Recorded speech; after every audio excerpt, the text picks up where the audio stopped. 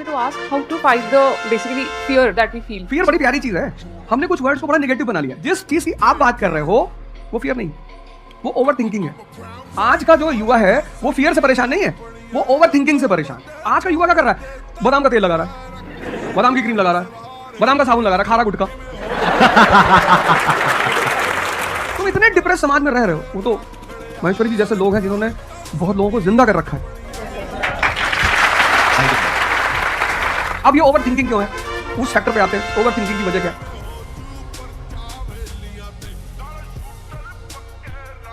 Sir, I wanted to ask how to fight the basically fear that we feel. Like there are lot many fears that we face, not only in studies, but in each aspect of life. There is some kind of fear. How to fight that? How to come back? How to have that courage in life? Fear बड़ी प्यारी चीज है. हमने कुछ words को बड़ा negative बना लिया है. जैसे अब बच्चा है 2 साल का, उसको तो फियर होता नहीं, उसे कुछ पता नहीं. उसने कोबरा देखा, जाके पकड़ लिया. वो तो बाद में घर वालों ने देखा तो पता चला कि भैया कोबरा पकड़ के घूम रहा है. लेकिन हम बड़े हो गए ना. अब हम कोबरा देखेंगे तो वो हमारी बॉडी की जो मैकेनिज्म है वो हमें वार्न करेगी, अलर्ट करेगी. That is natural fear. वो अच्छी चीज है.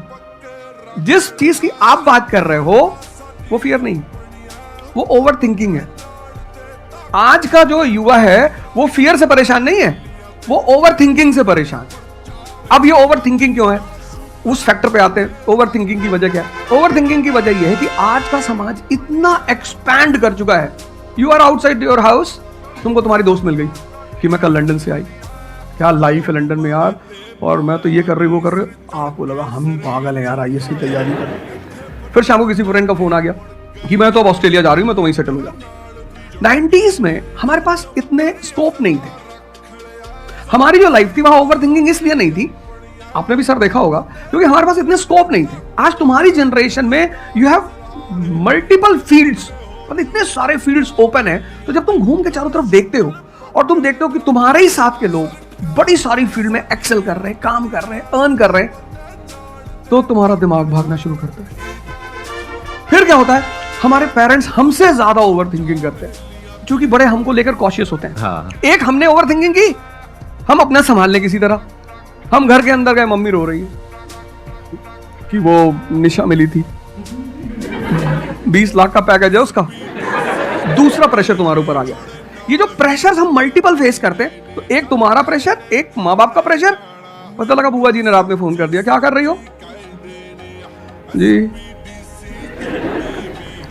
तुम सारे लोग प्रेशर से लड़ रहे हो इस वक्त, मल्टीपल फ्रंट पे. ये कोई फियर वर्ड नहीं है. ये प्रेशर दूर कैसे होगा, इस पे थोड़ी सी बात कर ले. जहां इंटरनल ताकत है वहां कॉन्फिडेंस है. आज का युवा क्या कर रहा है? बादाम का तेल लगा रहा है, बादाम की क्रीम लगा रहा है, बादाम का साबुन लगा रहा है, खा रहा गुटखा.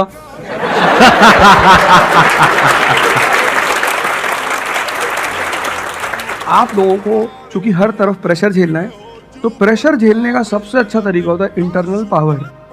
तभी तो मैं जहां भी जाता हूं एक चीज रिपीट करता हूं, योगा करो, ध्यान करो. ध्यान करोगे मन ताकतवर हो जाएगा. सर, आपने जैसे कि अभी बोला कि मेंटल स्टेट के लिए एक्सरसाइज करो, योगा करो. तो पहले तो मैं फिजियोथेरेपिस्ट हूँ, ठीक है. मैं सुबह से मतलब योगा एक्सरसाइज मेरा डेली रूटीन, करना भी और कराना भी.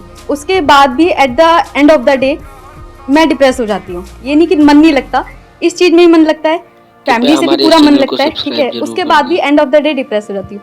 तो उसको डिप्रेशन कैसे कम करी जाए? हम किसके साथ रहते हैं वो बहुत इंपॉर्टेंट है. मेरे एक दोस्त मेरे साथ आ रहे थे आज से करीब 7-8 साल पहले, धौला कुआं से.